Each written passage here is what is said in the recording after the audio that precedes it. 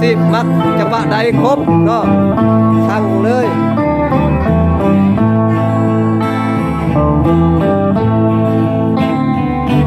นี่ก็เป็นจังหวะบ้านๆพี่น้องบ่ได้รู้ลาคือเพิ่นดอกเนาะเป็นงานที่ว่าชื่นชมยินดีงานขอบคุณเดือนเนาะในเดือน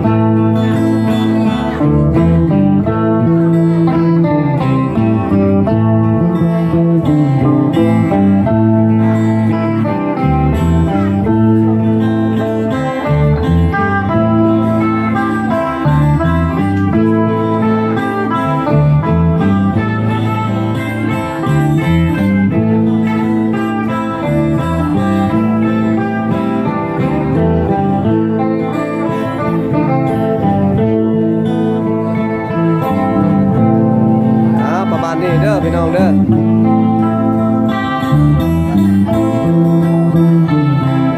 นี่ก็ถือว่าเป็นกำลังตีเด้ออุ่นเครื่องเพิ่นว่าอุ่นเครื่องก่อนยังบ่ทันเอาแท้ได้นี่อุ่นเครื่องเพิ่นว่า